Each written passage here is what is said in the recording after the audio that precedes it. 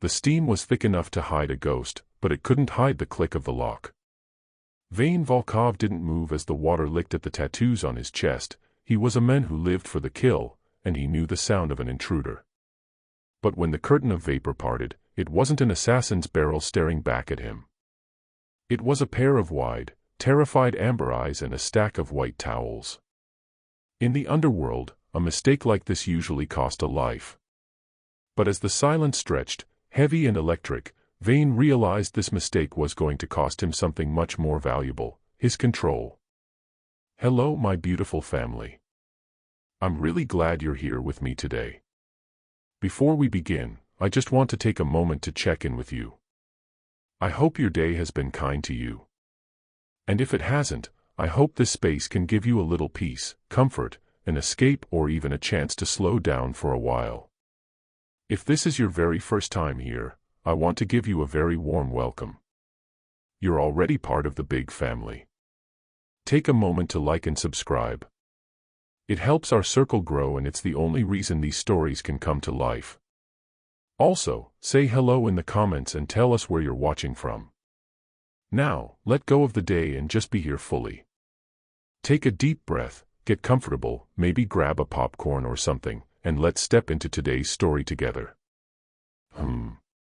She had been given 10 minutes to compose herself. Vane had said nothing after the bathroom door clicked shut for the second time, the right way, this time, with her on the other side of it. He had simply reached for the towel on the rail, stood, and by the time he dressed and walked the length of the penthouse to his study, his face had rearranged itself into something that gave nothing away. That was the trick of power nobody told you about. It wasn't about never feeling anything. It was about being faster than the feeling. Sloane Alara had been sitting in the chair across from his desk for 4 minutes now, and she had not yet managed to look directly at him. Smart girl. He hadn't offered her water. He hadn't told her to sit, she'd done that on her own, which told him she was either well-trained or terrified enough to need something solid beneath her. The maid's uniform was still perfectly pressed despite everything. Dark hair pulled back. Hands folded in her lap with the careful stillness of someone actively preventing them from shaking. She was staring at a fixed point somewhere between his desk and the floor, and her jaw was set in a way that almost looked like defiance. Vane let the silence run. He was very good at silence. He'd learned early that most people couldn't tolerate it, and that everything a person was could be read in the way they filled it. She lasted longer than he expected. I didn't know you were in there. Her voice came out level. Barely. The schedule said the master suite wasn't occupied until. I'm aware of what the schedule said. She stopped. His voice hadn't been loud. It never needed to be. He opened the desk drawer and set a single document on the surface between them. Clean white paper, a column of numbers down the left margin, a name printed at the top that made the color drain from her face in real time. Dimitri Alara. Your father, Vane said, has been a persistent inconvenience to me for the better part of 18 months. He watched her throat move. You're aware of his arrangement with my organization. It wasn't a question, but she answered it anyway, in the way people answered things they'd been dreading being asked. He borrowed money. He stole money. There's a distinction, and I'd encourage you to respect it.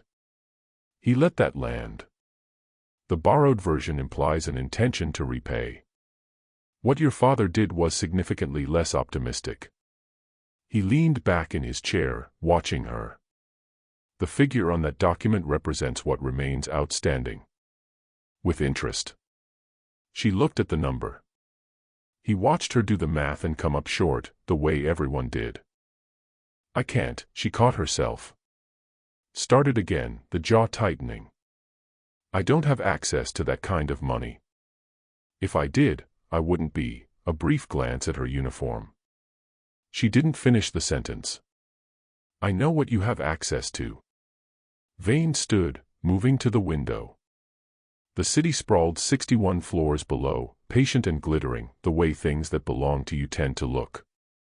I know your accounts, your lease, your mother's medical history, and the coffee order you placed this morning on the way into the building. Information is cheaper than loyalty, Miss Alara. And considerably easier to find. He heard the sharp, barely contained breath she pulled in behind him. Good.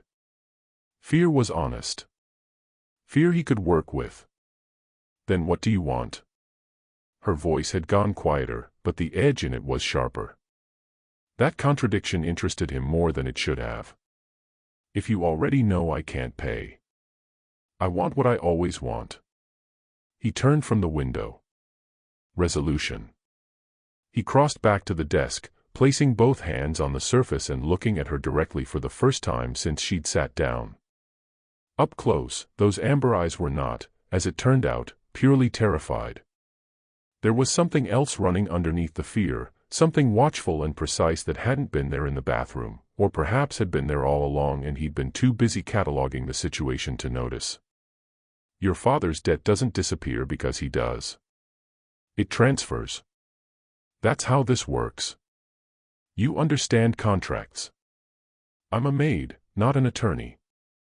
You have a degree in hospitality management from Bauer and 2 semesters of contract law before you dropped out to pay your mother's hospital bills. Don't perform ignorance for me. I find it tedious. The flush that crossed her face was equal parts embarrassment and fury. She was better at hiding the fury. Most people were better at hiding the thing that would actually save them. What resolution, she said carefully, are you proposing? Vane straightened. You'll remain in the penthouse. The words sat between them for a moment. Here. Her voice was flat. Here. Under my direct supervision. You'll continue your contracted duties, and the debt will be structured against your continued employment. Monthly deductions. A timeline I consider reasonable given the circumstances. And if I refuse? He held her gaze. Then I have a conversation with your father that he won't enjoy, and you have a conversation with your conscience about whether the outcome was worth the principle. He tilted his head slightly. I don't recommend refusing, Miss Alara. She looked down at the document again. He could see her working through it, not panicking, which continued to be the unexpected thing about her, but actually calculating. Reading the column of figures. Mapping the timeline. Looking for the exit inside the math because she hadn't found one anywhere else in the room. He knew the moment she didn't find it. My own room, she said. Not a question. Obviously. And this, she gestured between them, a small, precise motion that managed to reference the bathroom, the steam, the silence, and everything the silence had held, all without a single word. This doesn't become a factor.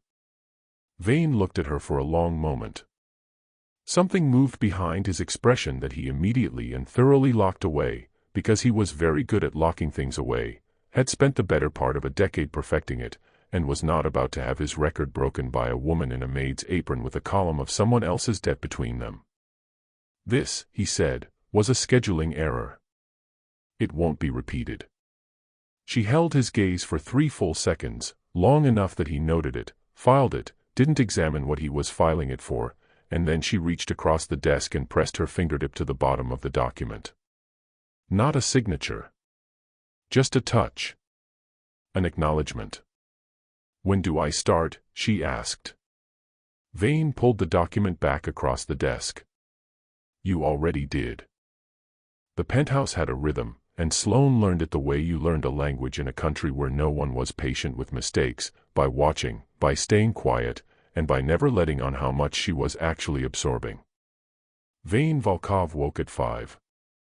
Not the slow, reluctant kind of waking that most people did, rolling toward consciousness like something washed ashore. He simply stopped sleeping, the way a machine stops and starts, and by 5:15 the study light was on and the city below was still dark and he was already 3 moves ahead of a day that hadn't begun yet. She knew this because her room shared a wall with the study, and the silence on his side of it was a particular, deliberate kind that was somehow louder than noise. She catalogued these things without meaning to. It was a survival instinct, she told herself. Know the predator's schedule. Know when it's safe to move through the territory. She told herself that for about 4 days before she stopped believing it. It was the books that started it. She was dusting the far shelves of the main living space on a Wednesday morning. Vane was in a meeting, 3 men in dark suits she'd been instructed not to make eye contact with, when she registered what was actually on the shelves. She'd assumed they were decorative. Rich men often kept books the way they kept art, chosen for spine color, never touched. These were touched. Thoroughly, repeatedly, without apology. Dostoevsky with a broken spine and margin notes in a cramped Cyrillic hand. A water-damaged translation of Marcus Aurelius with entire passages underlined so hard the pen had nearly gone through. A field guide to migratory birds, of all things, with a handwritten list tucked inside the front cover, species names in the same cramped script, some with small check marks beside them. Sloane stood with the duster forgotten in her hand and stared at that list for longer than was professional. She put it back exactly as she'd found it and didn't mention it. But she thought about it, quietly, for the rest of the day. The scar she wasn't supposed to see was on his left forearm. He kept it covered. She'd noticed that in the bathroom, the tattoos ran comprehensively across his chest and right arm and throat, but the left forearm had been below the waterline. It was only on the Thursday of her second week, when he came back from what she'd gathered was a very bad meeting and shed his jacket in the kitchen doorway without thinking, rolling his sleeves in the distracted, automatic way of a man briefly not performing anything for anyone. It was only then that she saw it. A burn scar. Old and settled, the kind that had finished doing what it was going to do to the skin years ago and simply stayed. It ran from his inner wrist to the inside of his elbow, pale against the surrounding ink. Deliberate placement, she realized. The tattoos around it weren't just decoration. They were architecture. Built to contain something. He looked up from whatever he was thinking and found her looking. The air in the kitchen changed temperature. Sloane set the glass she was holding down carefully on the counter, turned back to the sink, and said, with the practiced neutrality she was getting considerably better at, "Dinner is in 20 minutes. I made the borscht. I found the recipe in the..." She stopped herself from saying the book with the margin notes. "In one of the cookbooks." A pause.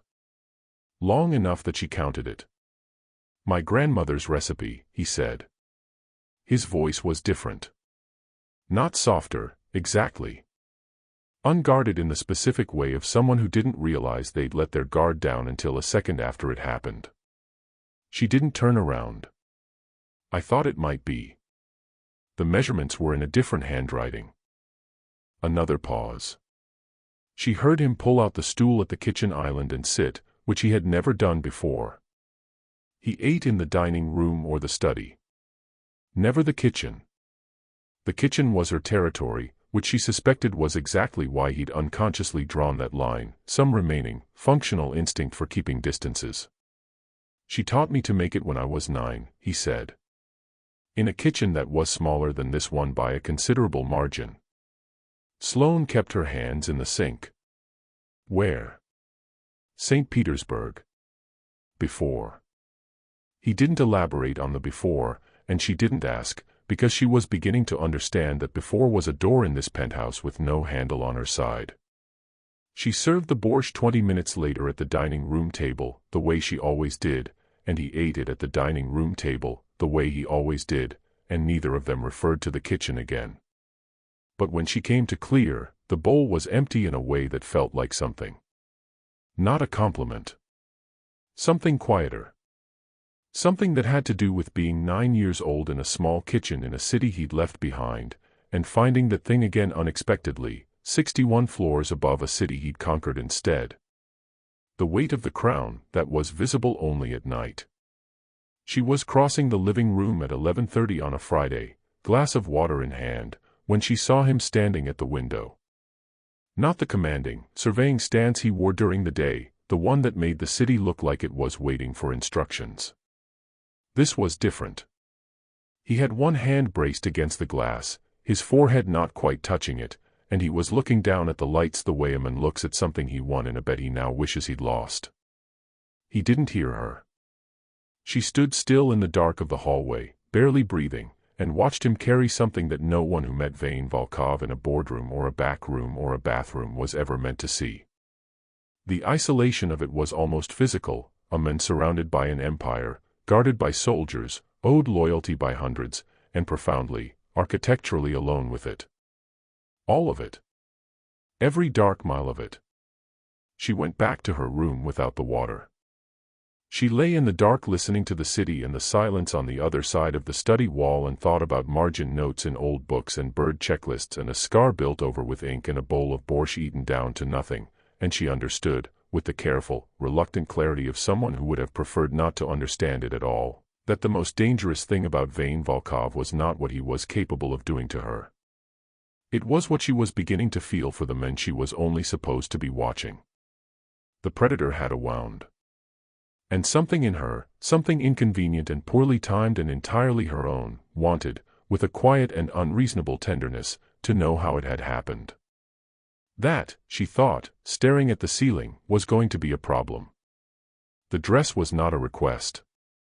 It appeared on her bed on a Saturday morning, a garment bag in matte black with no label, no note, no explanation, and when she unzipped it she stood looking at what was inside for a long moment before she understood that this was simply how Vane Volkov communicated decisions he had already made. Not with conversation. With facts, delivered in advance of any argument you might have thought to construct. The dress was deep burgundy. Long, structured at the shoulder, with a back that was considerably more honest about its intentions than the front. Beside the bag, a pair of shoes that were exactly her size, which meant he had either guessed or known, and neither option was entirely comfortable to sit with. She found him in the study at 9:15. "I haven't agreed to this." He didn't look up from the documents on his desk. "The Meridian Gala. Tonight. I need a second set of eyes on the room and I need them to look like they belong there. I'm a maid.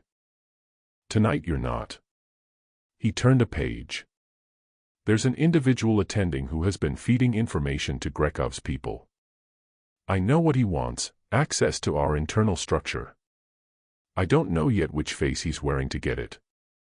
Now he looked up. "You see details. I've watched you. The bird list in the field guide.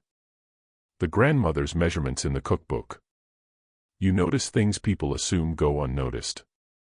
The fact that he had been cataloging her the same way she'd been cataloging him landed somewhere in her chest with a small, uninvited warmth that she immediately declined to acknowledge. And if I see something, you tell me. Quietly. Without alerting anyone that you've told me." He held her gaze. "Can you do that, Miss Alara?" She thought about the bowl of borscht eaten to nothing.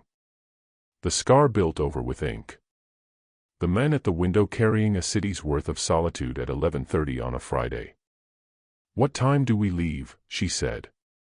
The gala occupied the top 3 floors of the Callaway, the kind of hotel that didn't advertise because it didn't need to, where the chandeliers were older than the city's current government and the staff had the practiced invisibility of people paid very well to witness things they'd never be believed about anyway. Sloane had been to exactly one event of this caliber in her life, at 19, as a +1 to a college fundraiser where she'd spent the evening near the shrimp cocktail, not speaking to anyone. This was not that. Vane in a suit was a different category of men entirely. She had seen him in dress shirts, in shirt sleeves, in the controlled casualness of someone who wore expensive things the way other people wore armor. The black tuxedo was different. The tuxedo was a weapon. Everything about the way he moved through the lobby said I belong here and simultaneously I am the most dangerous thing in this room, and the extraordinary part was that everyone they passed seemed to feel both of those things without being able to articulate either one. His hand came to the small of her back as they approached the entrance, and the touch was light, professional, the minimum required architecture of the fiction they were performing, and it still sent a current through her that she had absolutely no patience for right now. "Smile," he said quietly, near her ear. "Like you're exactly where you want to be." "I'm always exactly where I want to be," she said, smiling at the men checking names at the door. She felt rather than heard the brief exhale from Vane beside her that might, in another man, have been a laugh.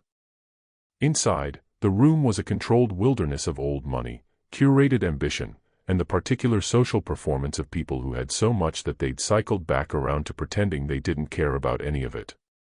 Sloane took a glass of champagne she didn't intend to drink and began, quietly, to work.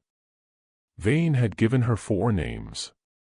4 faces she'd memorized from photographs in the car on the way over. The infiltrator would be in contact with at least one of them, a social thread she was meant to trace without pulling hard enough to feel it move. She found the first name near the string quartet, deep in conversation. She found the second at the bar. The third was notably absent from the room, which she filed away. And the fourth, a man named Casson, mid-50s, silver-haired, with a handshake he deployed on every male in his orbit and a smile he turned on every female like a key he expected to fit. Casson was working the room with the specific, rhythmic efficiency of someone executing a plan. She watched him for 11 minutes. Then she made her way back to Vane. They stood together near the windows, his hand at her waist for the benefit of anyone watching, and she spoke without turning her head, keeping her eyes on the middle distance and her expression in the pleasant, disengaged register of a woman at a party she found mildly entertaining. Casson. He's made contact with 4 people in the last 10 minutes, all brief, all deliberate. But he keeps returning to the woman in the green dress near the East Bar. Not socially. He's not interested in her the way he performs interest in the others. He's checking her position.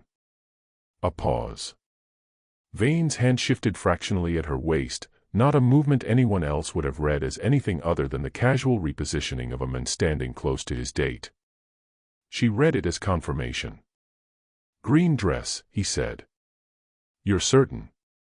The third time he looked at her, she didn't look back. She already knew where he was. She finally lifted her champagne. She's the thread. The silence that followed had a different quality to it than his usual silences. This one wasn't dominance or assessment or weaponized patience. This one was something she didn't have an immediate name for, something that lived in the vicinity of being genuinely, unexpectedly seen by someone who had not planned on seeing you. Don't look at them again, he said quietly. I wasn't going to. He turned slightly, angling his body toward her in the way that read, to the room, as a man absorbed in his companion.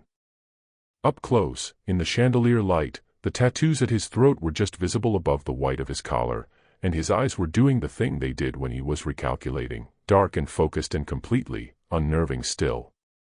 You're good at this, he said. It wasn't a compliment designed to charm. It was an observation delivered with the same precision he applied to everything, which somehow made it land harder than any charm could have. I grew up invisible, she said simply. You learn to see when no one's watching you back. Something moved across his face. Brief, and almost immediately contained, the way he contained everything, but she was good at noticing things people assumed went unnoticed, and she noticed it. His hand was still at her waist when they left an hour later, long after the operational necessity of it had passed. Neither of them mentioned that either. It happened because of the rain. Not for any romantic reason, Sloane was not, she reminded herself, the kind of woman who assigned meaning to weather, but because the rain came in hard off the bay on a Sunday with the specific, relentless intention of making the city feel small, and it drove Vane off his usual schedule in a way that nothing else seemed to. By mid-afternoon the calls had stopped. The suited men hadn't come. The study light, which was always on, was off, and when she passed the living room with a basket of folded linen she found him on the couch with the battered Marcus Aurelius open in his lap, one arm braced along the back cushions, watching the rain move across the glass in gray curtains. He looked, for approximately 3 seconds, like a person. She kept walking. Sloane. She stopped. He hadn't looked up from the book. Sit down. Not a question. Never a question. But the quality of it was different today, stripped of its usual architecture of authority, the command landing less like an order and more like something he'd said before he'd thought better of it and then decided not to take back. She set the linen basket on the console table and sat in the chair across from him, the rain filling the silence between them with something that made silence easier than usual. He turned a page. She waited. "What does yours mean?" he asked. She blinked. "I don't have any." "I know." He looked up then. "I meant the question generally. People get them for reasons. I was asking what yours would mean, if you did." It was such an unexpected thing for him to ask that she almost didn't answer, on the basis that answering felt like accepting an intimacy she hadn't yet decided whether to accept. Then the rain hit the window in a fresh gust and she thought about the bird list and the borscht and the men at the window at 11:30 and decided that the intimacy, at this point, was happening regardless of whether she participated in it consciously. "Something about water, probably," she said. "I grew up near the coast. Before everything got complicated, it was the only place I ever felt like I wasn't someone's daughter or someone's problem. Just a person." She paused. "What about yours?" He was quiet for long enough that she thought he wasn't going to answer. Then he set the book down, and reached up, and pressed 2 fingers to the tattoo at his throat, a dark, looping form she had decided, weeks ago, was an eagle, though the abstraction of it made certainty difficult. "Firebird," he said. "Zartitsa. Russian folklore." His fingers traced the line of it briefly, then dropped. "My mother used to tell the story.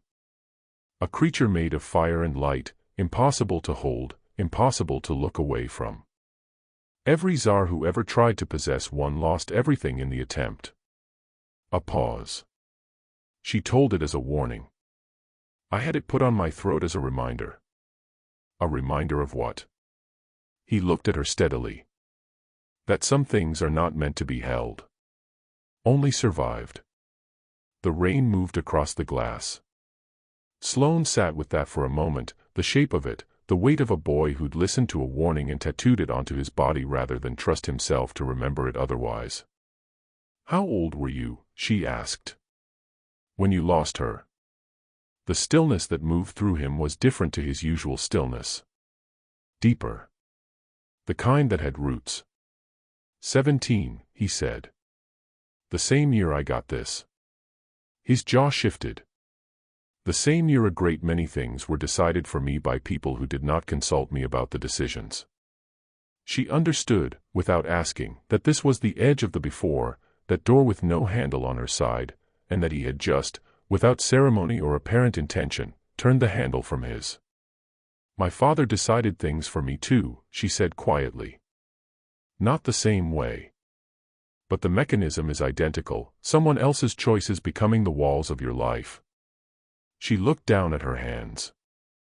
"I used to think if I worked hard enough, stayed quiet enough, was useful enough, eventually I'd pay off whatever debt he'd accumulated just by existing near him."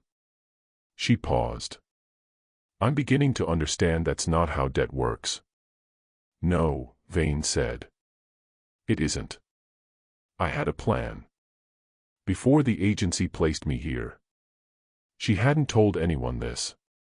She registered that fact and kept talking anyway, because the rain was still doing its particular work and because he had told her about a firebird. "I was saving to open something small. A guest house, maybe, somewhere on the coast. Nothing significant. Just mine. A place where I made the schedule and nobody's name but mine was on the lease, and whatever happened inside it, good or bad, was a direct consequence of my own choices." She said it to her hands, mostly, which meant she almost missed the expression that moved across his face. Almost.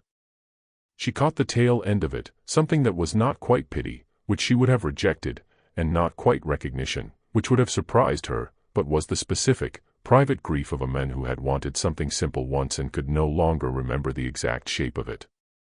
"The coast," he said. "The coast." He picked up Marcus Aurelius again, which she was beginning to understand was what he did when a conversation had reached the depth that he had not previously budgeted for and he needed the appearance of retreat without actually retreating. She stood to retrieve the linen basket. "The bird on the left shoulder," she said, pausing. She'd seen the full sprawl of the ink in the bathroom, weeks ago, and had been turning the pieces over in her mind ever since. The one with the broken wing. His hand stilled on the book. What about it? It's not decorative, she said. It's different from the rest. The others are architectural. That one is personal. She hesitated. You don't have to tell me. The rain filled the space where his answer might have gone. He sat very still, looking at the page he wasn't reading, and she stood with the basket against her hip and waited without pressure, which she suspected was not something he encountered with any regularity. My brother, he said finally. Quiet. Final, in the way of a door closing gently rather than slamming. He didn't survive the before. She didn't say she was sorry. She'd learned, in the years of her own unglamorous grief, that sorry was a word people said to fill silence they couldn't tolerate, and that what the other person usually needed was not the filling of it but the company inside it. She stood with him in it for a moment. Just that. Then she picked up the basket and left him to his book and his rain and the firebird at his throat, and she walked to her room and sat on the edge of the bed and stared at the wall and understood, with the slow and helpless certainty of someone watching a tide come in, that she was in considerable trouble. Not the kind with debt columns and family names at the top of documents. The other kind. The kind with no scheduled resolution and no clear exit and a man on a couch in the rain who carried dead brothers and burning birds and the wreckage of a simple life he'd never gotten to want properly. The kind, she thought, that cost everything. The men had kind eyes. That was what she noticed first, and what she would think about later with a particular, cold understanding of how the world worked, that the most effective kind of danger almost never announced itself. It came with kind eyes and a plausible reason and a hand at your elbow so light you registered the pressure a full beat after you'd already been moved 3 steps in the wrong direction. She had gone to the market on a Tuesday. Vane's standing order allowed it, the penthouse kitchen required fresh supply every few days, and the market on Veller Street was 6 minutes from the building, a route she had walked 4 times now without incident, which was precisely the kind of pattern, she would later understand, that someone had been mapping. The morning was ordinary in every detail. The kind of ordinary that in retrospect feels like a held breath. She had her list, her bag, the specific mental arithmetic of a woman managing a household budget that wasn't technically hers, and she was standing at the herb stall deciding between 2 varieties of thyme when the man appeared at her left shoulder. 40, perhaps. Well dressed in a way that was designed to read as unthreatening, no flash, no edge, a jacket that belonged to a man who attended school board meetings. Kind eyes. A careful smile. Miss Elara, he said.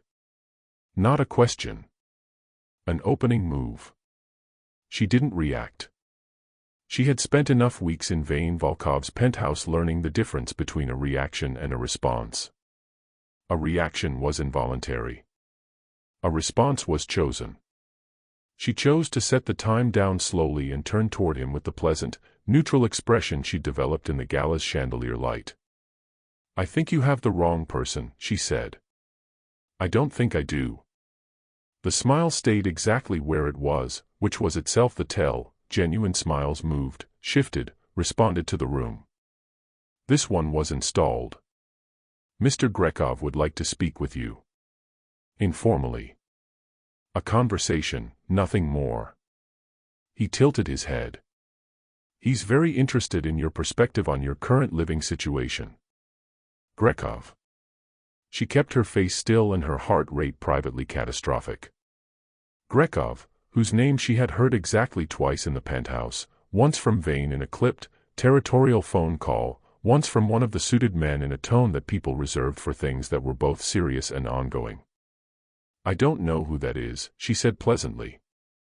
Of course. The hand came to her elbow then. Light. Courteous. Immovable. Mr. Grekov is very patient. He's willing to explain everything himself, if you'll just. She moved before the sentence finished.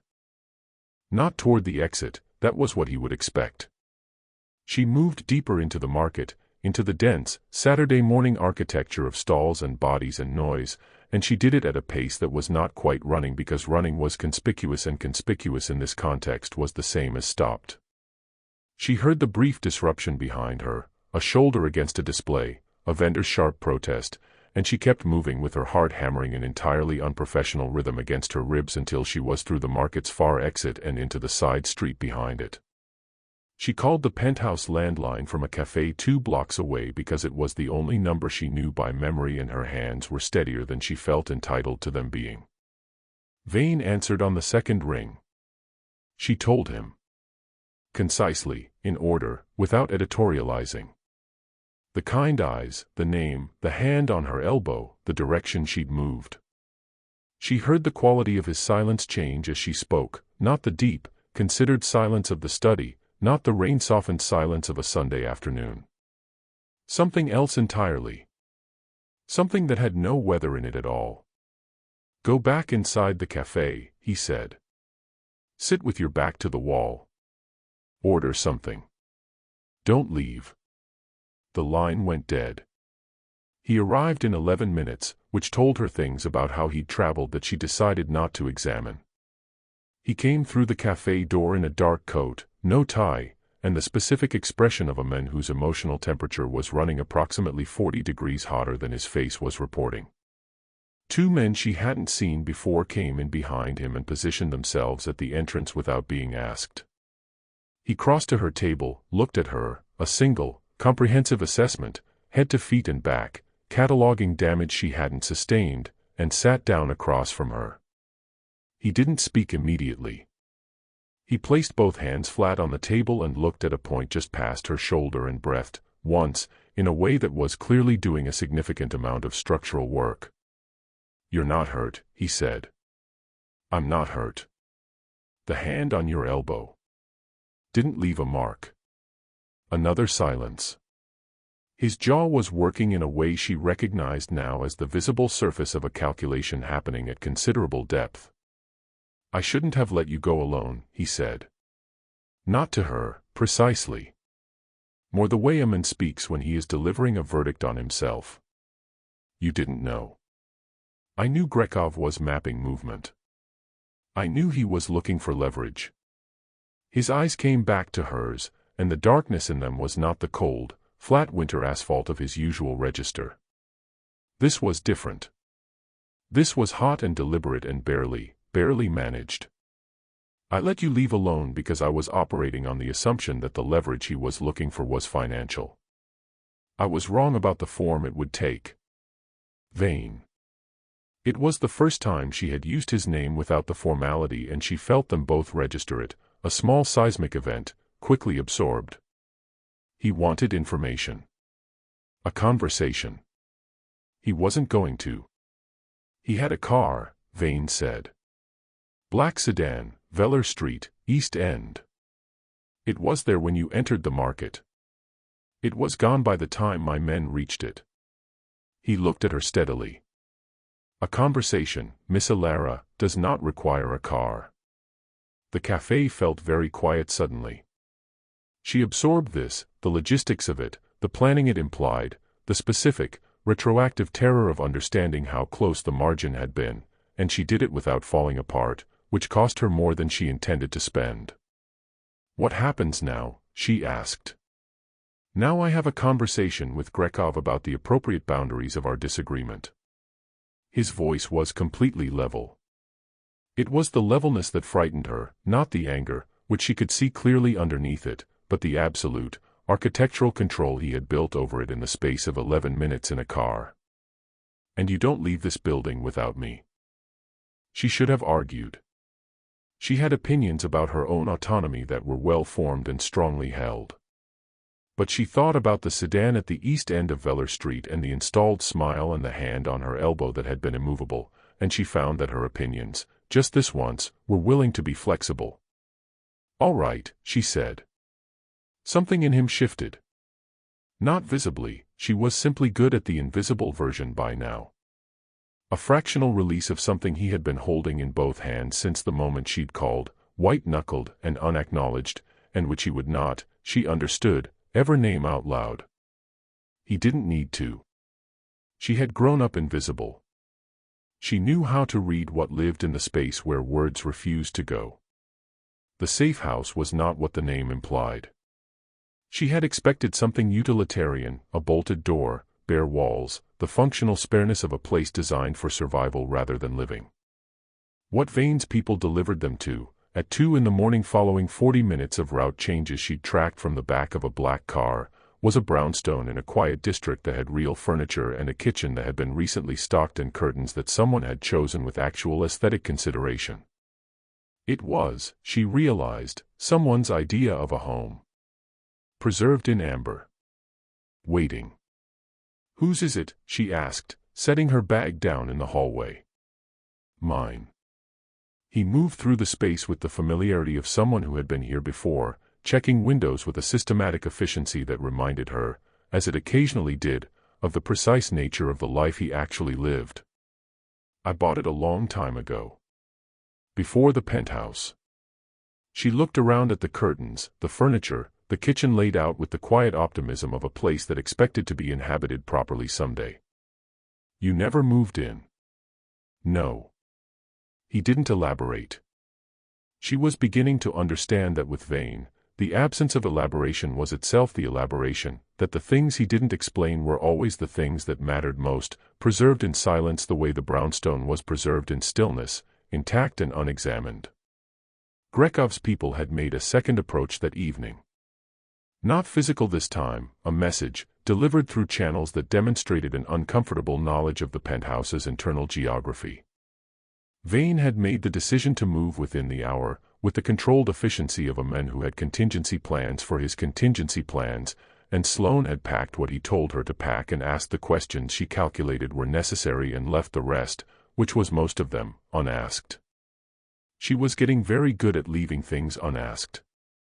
The brownstone had 2 bedrooms.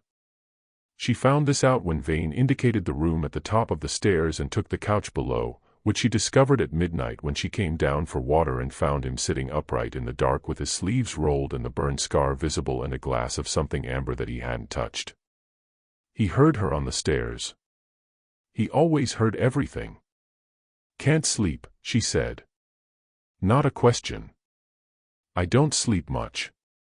She came the rest of the way down and went to the kitchen and filled a glass and stood at the counter and looked at him sitting in the dark of someone else's living room that was also somehow his, carrying the city and the empire and the dead brother and the Firebird and Grekov's sedan at the east end of Veller Street, and she thought, with the lucid, reckless clarity that 2 a.m. occasionally delivers, that she was exhausted by the distance. Not afraid of it anymore. Not managing it. Exhausted by it, the way you become exhausted by holding a position that no longer reflects where you actually are. Vane. He looked up. "I grew up watching my father choose his empire over every person who loved him." She set the glass down. "I told myself I would never be the kind of woman who stood at the edge of someone else's damage and called it love." She paused. "I'm standing at the edge of yours." The silence was very complete. He stood. Not quickly, with the measured, deliberate quality of a man making a decision he intends to honor, rising to his full height in the dark of the room, and she held her ground because she had grown up invisible and small and she was finished with both. He crossed to her. He stopped with the width of a breath between them, close enough that she could see the details the chandelier light at the Callaway had suggested and the kitchen light on an ordinary Thursday had confirmed, the jaw, the ink at his throat, the eyes that were not winter asphalt right now, not flat or precise or waiting. Something else. Something that had been there, she understood in retrospect, since the moment in the bathroom when the steam had parted and he had looked at her and felt his control begin, for the first time in a decade, to cost him something. He raised one hand and tucked a loose strand of hair back from her face. A gesture so careful it almost undid her, not because it was romantic, though it was, but because it was careful, and she understood by now what care cost a man like this, how far it was from his architecture, how much of the structure he had to set down to perform it. "I don't know how to do this without hurting you," he said. Quietly. Not a warning designed to create distance. A warning designed to be honest. I want you to understand that going in. I know what you are, she said. I've been living in it for weeks. I'm not confused about the geography. And you're still. I'm still here. She held his gaze. I'm still here, Vane. Something broke open in his expression. Not dramatically, he was not a dramatic man. But it broke, the particular, load-bearing thing he had kept intact through federal investigations and assassination attempts and rival syndicate ambushes and every form of damage the before had delivered, and it broke quietly, the way the most structural things do, without announcement, in the dark, when nobody planned on it. He kissed her the way he did everything, with total, deliberate commitment, no half-measures, no hedging. One hand at her jaw and one at the back of her neck and the full, focused weight of a man who, when he decided to do something, did it with the entirety of what he had. She kissed him back with 10 weeks of careful distance and 2 in the morning honesty and the specific, long-delayed relief of a thing that has been true for longer than it has been acknowledged. Later, the brownstone was quiet in a different way. Not the preserved, waiting quiet of before. Something inhabited. Something that had been used for its actual purpose for the first time, which was not survival, as it turned out, but this, 2 people in the dark of a house that had been kept intact against an unnamed future, and the future arriving, unscheduled, in the middle of a Tuesday night while a rival boss miscalculated the nature of Vane Volkov's weakness. She lay in the dark listening to him breathe and thought about the guesthouse on the coast and the space she'd wanted that was only hers, and she understood that the geography of what she wanted had shifted without her permission somewhere between a bowl of borscht and a bird list and a hand on her elbow that she'd escaped, and the men beside her who had come in 11 minutes because 11 minutes was all the time he'd allowed himself. His hand found hers in the dark. Not romantic. Deliberate. A man who had spent a decade not holding things, holding on. She didn't say anything. Neither did he. The brownstone held them both in its amber quiet, and outside, the city continued its patient, glittering business of being afraid of the right people, and inside, something had changed that neither of them had the architecture yet to name, but that both of them, in the honest dark of 2 in the morning, had entirely stopped pretending wasn't happening. She recognized his handwriting before she recognized the implications of it. That was the order it happened in, the particular slant of her father's letters, the way he formed his 7s with a European cross through the stem, a habit from a boarding school he'd attended briefly and referenced often, landing first as something almost nostalgic before her brain caught up with her eyes and told her where she was and what it meant that his handwriting was here. The note had been slipped under the brownstone's front door sometime in the early hours. A small white envelope with her name on it in that familiar, cross-7 hand, lying on the doormat with the patient malevolence of something that had been waiting for exactly the right moment. She found it at 6:15, barefoot, reaching for the door to check the morning, and she stood in the hallway with her pulse doing something irregular and read it twice before her face rearranged itself into something functional. Sloane. I know where you are. I need 1 hour. Come alone. Tell no one. I am your father and I am asking you. The cafe on Marin Street, 9 o'clock. If you don't come I will go to Volkov myself and what happens after that is on you. She read it a 3rd time. Then she folded it and held it in her closed hand and stood in the hallway of her brownstone that was also his brownstone and listened to the silence of a man who was still sleeping, which he almost never did, and she thought about the word alone and the word tell no one and the specific, practiced grammar of a man who had been writing her into his corners her entire life and had simply, this time, done it in ink. She went to the kitchen. She made coffee. She sat at the table and looked at the note and felt, with a clarity that was almost impersonal, the precise shape of the choice she was being handed. She could go alone. She could hear what he had to say, handle whatever it was, protect Vane from whatever her father was planning to use her to deliver. She could be, one final time, the daughter who absorbed the consequences of Dmitry Alera's decision so that they didn't detonate on everyone nearby. Or she could tell Vane.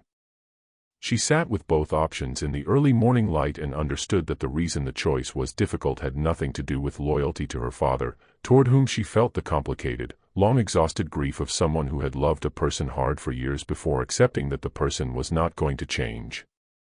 The reason it was difficult was simpler and harder than that. Telling Vane meant she had chosen a side.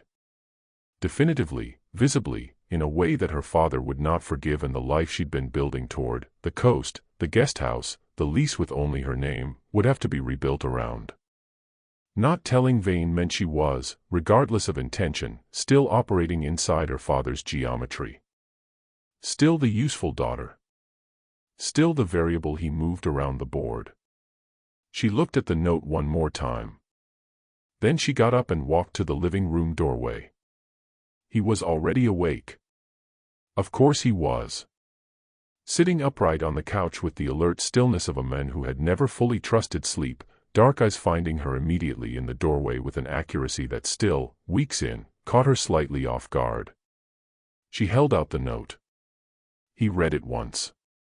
His face gave nothing away, but his jaw set in a particular configuration she'd learned meant the internal calculation was running very fast and very cold. "How long have you had this?" 20 minutes. He looked up. "You came to me immediately." "Yes." Something moved through his expression that she didn't have a name for and didn't try to assign one to, because it was gone before she could examine it, locked away with the efficiency he applied to everything that threatened to cost him something. "Your father has been in contact with Grekov," he said. "Not recently. This is older than the sedan on Veller Street." He set the note on the cushion beside him with a precision that suggested he would have preferred to do something else with it. "Dmitry Ilara is the source. He's been feeding Grekov information about my operations for 4 months in exchange for debt forgiveness." The kitchen suddenly felt very far away. "He sold you to Grekov," she said. "And then he put me in your house. Whether the placement was intentional or opportunistic, I'm not certain. Both are consistent with his profile." He looked at her steadily. "What I am certain of is that this note is designed to get you to Marin Street alone, where Grekov's people will be waiting for what your father promised them." "Which is what?" "You," Vane said simply. "Leverage. The thing they couldn't take from the market on a Tuesday." She sat down in the armchair across from him because her legs had made a unilateral decision about continuing to function. She sat and she breathed and she looked at the cross-7 handwriting on the note and she performed, privately and without assistance, the specific grief of understanding that your father has not become someone you didn't recognize but has always been exactly this, and that you have simply, finally, run out of reasons to look away from it. "He's my father," she said. "Not a defense. An inventory. I know. I spent 8 years cleaning up after his choices." Her voice was level in the way that costs everything to keep level. "I dropped out of school. I took the debt. I took the agency placement." She paused. "I came to your penthouse." "Yes. And he put me there as a piece on his board." She looked up. "Not because he was out of options. Because I was a useful one." Vane said nothing. He understood, she knew, that there was nothing to say that wasn't already present in the room, and he was not a man who filled necessary silences with inadequate words. "What do you need from me?" she asked. "Nothing you haven't already given me." He stood, reaching for his phone. "I need you to stay here. I need you to not go to Marin Street." He paused.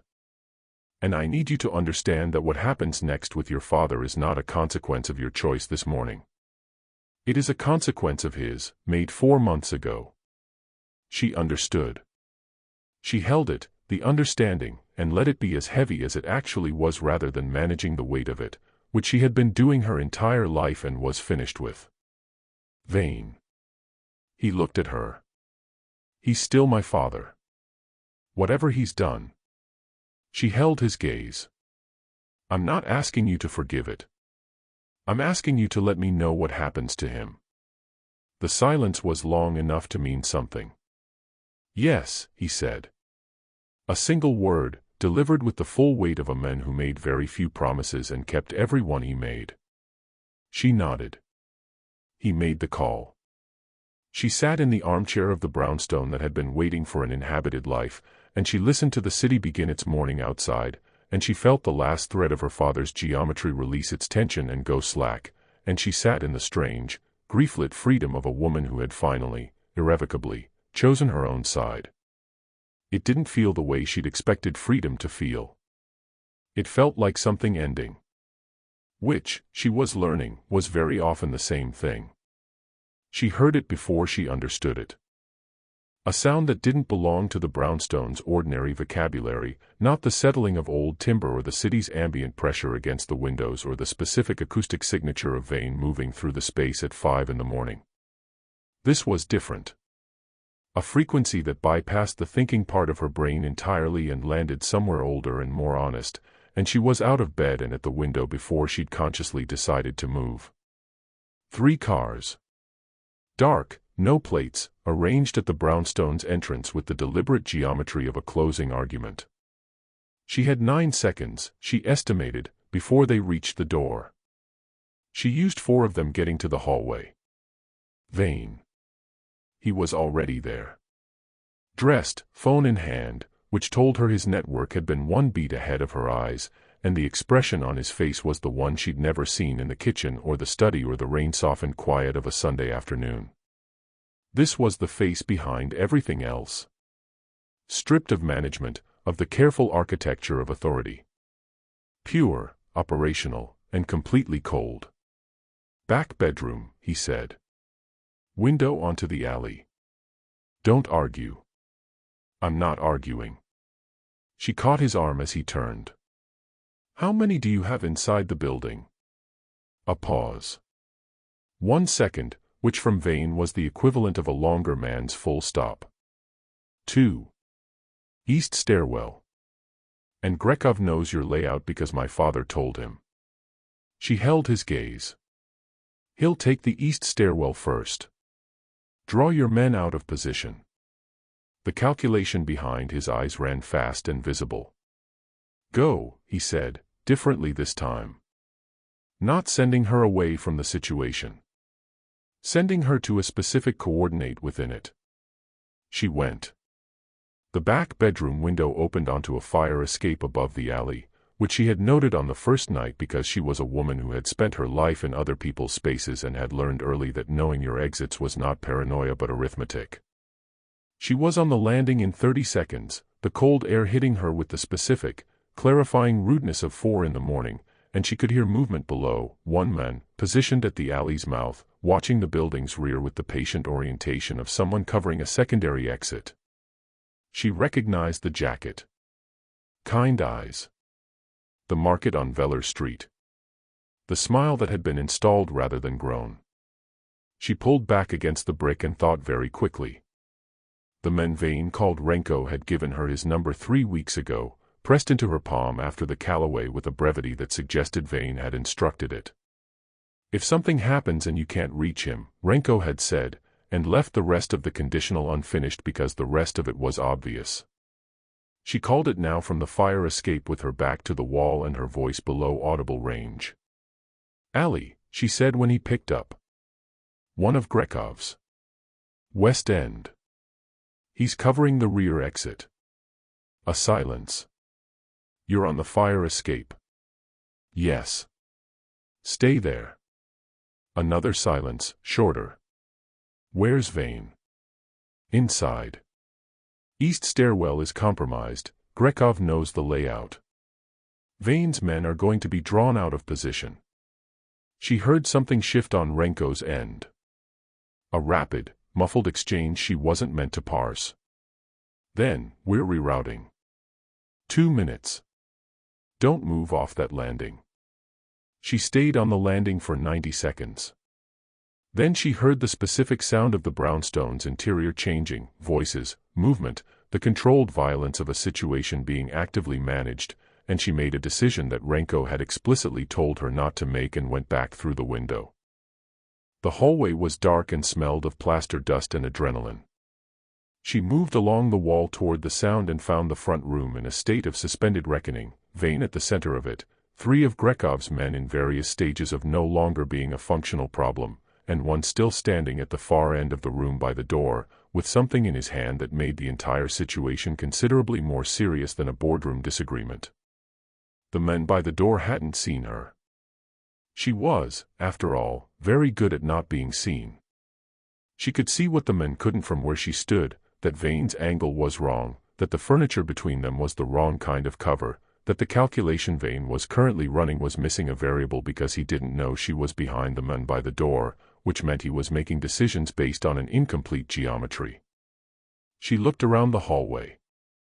The side table. The ceramic lamp. Heavy, with a weighted base, the kind of thing someone had chosen for an unlived house because it looked permanent. She picked it up. She was not, she thought, a violent person. She had cleaned up violence's aftermath for weeks, the suited men, the clipped phone calls, the car at the east end of Veller Street, and had categorized herself throughout as the person adjacent to it rather than within it. She revised this categorization in real time as she crossed the threshold of the front room with the lamp in both hands and brought it down on the back of the man's right shoulder with the full, committed force of a woman who had spent 8 years absorbing other people's consequences and was finished being peripheral to her own life. The gun hit the floor. She kicked it toward Vane with the instinct of someone who had learned the room's geometry the same way she'd learned everything, by watching, quietly, until the information was hers. The silence that followed had a different texture to every silence she'd catalogued in this building. Vane looked at her across the room. At the lamp in her hands. At the men on the floor. Back at her face. "I told you to stay on the landing," he said. "You told me not to argue," she said. "I didn't argue. I just didn't stay." Something moved across his face that even she, with all her accumulated expertise in reading what lived beneath his surface, couldn't fully map. It was too large and too fast and too many things simultaneously, relief and fury and something that had no name in either of their vocabularies yet but was clearly going to require one. Renko came through the front door with 2 men behind him 30 seconds later and took in the room with the rapid professional assessment of someone who had seen worse, which he clearly had, and looked at Sloane with the lamp still in her hands and had the wisdom not to comment. Vane crossed to her. He took the lamp with one hand and set it on the side table, and then he stood in front of her and looked at her face with an attention that was not the strategic cataloging of a man assessing a situation but the raw, unmanaged attention of a man looking at something he had almost, through the geometry of a compromised floor plan, lost. His hand came up to her face. Thumb at her jaw. The same careful gesture as the brownstone's first night, but stripped now of its carefulness, just honest and immediate and entirely unarchitectured. "You knew the stairwell," he said. "I listened," she said. "I always listen." He looked at her for a long moment with the city just beginning to gray outside the brownstone windows and Renko conducting quiet logistics behind them and the room full of the aftermath of a night that had asked both of them to be more than they'd planned. "I know," he said. And pulled her in. 3 days after the brownstone, they went back to the penthouse. Grekov's operation had been dismantled with the quiet, comprehensive efficiency of a man who had been waiting for sufficient cause and had finally been handed it gift-wrapped in a compromised floor plan and a ceramic lamp. Renko had briefed her on the broad strokes, which she understood was not standard protocol and represented some form of acknowledgement she didn't have the right terminology for yet. The city's underworld had apparently spent 48 hours recalibrating, the way systems recalibrated when a significant variable was removed, not with drama, but with the patient, structural realignment of things settling into a new arrangement. Her father had been found in a hotel in the Eastern District. She knew this because Vane told her, directly, sitting across from her at the brownstone kitchen table on the second morning, which was the promise he'd made and kept. Dmitry Ilara was alive. Relocated, by means she didn't ask to have detailed, to a situation in which his capacity to move pieces on other people's boards was substantially curtailed. She had sat with that information and felt the strange, grief-adjacent relief of a woman whose father had been, in the most functional sense, removed from her life by his own accumulated choices. She did not cry. She had done that privately, earlier, in the way she did most difficult things, quietly, completely, and without requiring an audience. Vane had left a glass of water outside her door. No note. No knock. Just the water, present when she opened the door, as if it had simply materialized there by the logic of the house. She drank it and went to make dinner, and neither of them referred to it, which was exactly right. The penthouse felt different when they returned to it. Not physically, the black marble and the floor-to-ceiling glass and the 61 floors of city below were entirely unchanged, the study light coming on at 5 with the same reliable punctuality, the battered Marcus Aurelius back on its shelf with its broken spine and its margin notes intact. The difference was interior. Some wall had been removed from the architecture of the space, not demolished, not absent, but opened, the way old houses had doors built into their paneling that you didn't know existed until someone finally turned the handle. She was in the kitchen on the 4th morning when he came in and sat at the island. She didn't comment on this. She made 2 cups of coffee and put one in front of him and kept one for herself and leaned against the counter, and they drank in the particular silence that was no longer empty but inhabited, the way the brownstone had become inhabited, and the city did its morning business 61 floors below. "I need to show you something," he said. He produced a document from the inside of his jacket. Set it on the counter between them. She looked at it and understood, before she'd finished reading, what it was: the debt column, her father's name at the top, the numbers she had looked at in this same room weeks ago and done the math on and come up short. Across the front of it, in ink, a single diagonal line. And a date. 3 days ago. "It's cleared," she said. "Yes." She looked up. "You didn't have to." "I'm aware of what I didn't have to do." His voice was level but not cold. The distinction had taken her weeks to learn, and now she heard it immediately. "I chose to." She looked back at the document. At the line through the numbers that had structured the last several weeks of her life, that had put her in a maid's uniform in a penthouse kitchen across from a man she had been instructed to fear, and had instead, with the slow, inconvenient thoroughness of someone who noticed things, come to know. "What does this mean?" she asked. Carefully. "It means the debt is cleared. It means your obligation under our original arrangement is discharged." He turned his coffee cup a precise quarter rotation on the counter, which she recognized as the physical gesture of a man organizing his interior. "It means you're free to leave." The kitchen was very quiet. She looked at him, at the jaw and the ink and the gold chain at his throat and the eyes that were not winter asphalt this morning but something with more complexity in it, something that had been accumulating since a steam-filled bathroom and a pair of white towels and the specific, history-altering silence of a man realizing his control was going to cost him something. And she thought about the guest house on the coast and the lease with only her name and the life she'd been building toward. Before the geometry shifted. "And if I don't want to leave," she said. He looked at her directly. "Then I need you to understand what staying means." He turned the cup again. Stopped. Made himself be still. "I don't have a version of my life that is safe, Sloane. I have versions that are more or less managed." "What happened at the brownstone?" He paused. "That is not an anomaly. That is the texture of this. Anyone who stands beside me stands in the crosshairs of every enemy I have accumulated, which is a number I will not insult you by minimizing." "I know," she said. "You nearly—" He stopped again. The sentence had somewhere to go that he clearly was not prepared to let it. She watched him manage it, the way she'd watched him manage the fury in the cafe after the market, with the same controlled, architectural effort, and she understood that the thing he couldn't say was the most important thing, and that not being able to say it was its own form of saying it. "I kicked a gun across a room at you," she said. "I know what I'm in." "That's not what I'm asking." He stood, moving around the island, and stopped in front of her with the width of a decision between them. "I'm asking if you know what I'm offering." His eyes held hers with the focused, unhedged attention of a man who had spent a decade not offering anything to anyone and was aware of the magnitude of the departure. Not a maid's contract. Not an arrangement with a debt column and a discharge date. Something without a document. Something I don't have clean language for because I have not previously required the language. She looked up at him. Then use imprecise language, she said. I'll understand it. Something shifted in his face. The last architecture of it. Stay, he said. Not in the room down the hall.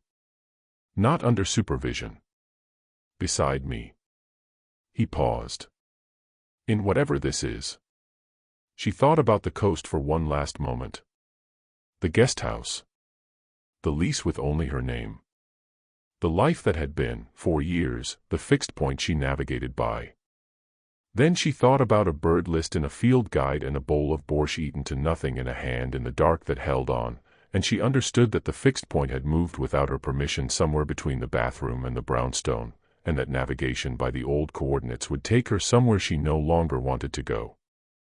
I'm not going to be invisible, she said. I'm not going to be managed or contained or moved around a board. No, he said. Immediately. Absolutely. And the guest house is still a possibility. Someday. On the coast. Something crossed his face that was, unmistakably, the thing that had been there since the cafe and the rain and the fire escape landing and the lamp in both hands, the thing without clean language, and it looked, from where she was standing, very much like the specific, unfamiliar, slightly bewildered expression of a man who had spent a decade surviving everything and was only now, at 34, beginning to understand the difference between surviving and living. The coast, he said, is a possibility. She held out her hand. Not a signature. Not a touch at the bottom of a document. A hand, open, offered between them in the kitchen of his fortress with the city spread 61 floors below and the coffee going cold and the debt document lying discharged on the counter and all of it, the weight and the crosshairs and the empire and the broken-winged bird on his left shoulder, all of it present and accounted for and chosen anyway. He looked at her hand for a moment. Then Vane Volkov, who had survived everything the before could deliver and built an empire from what remained, who had spent a decade keeping his hands empty so that nothing could be taken from them, reached out and took hers. And held on. And just like that, the debt is cleared. The door is open. The choice has been made. But every empire has a next chapter. Every queen has a first battle. And Vane and Sloane's story is only just beginning to show its teeth. If this world pulled you in, if you felt the steam, the silence, the weight of everything left unsaid between two people who had no business wanting each other and did it anyway, then you already know what to do. Like this video. It tells the algorithm that stories like this deserve to be found. Subscribe to Cupid's Vault Stories. Because this is just one door in a fortress full of them, and behind every one is a world that will keep you up past midnight and ruin your morning plans. And drop a comment below. Tell me, were you rooting for Sloane the moment she didn't run? Or did Vane have you from the bathtub? Because I need to know which side of this you were on. The vault is open. The next story is waiting. Don't miss it.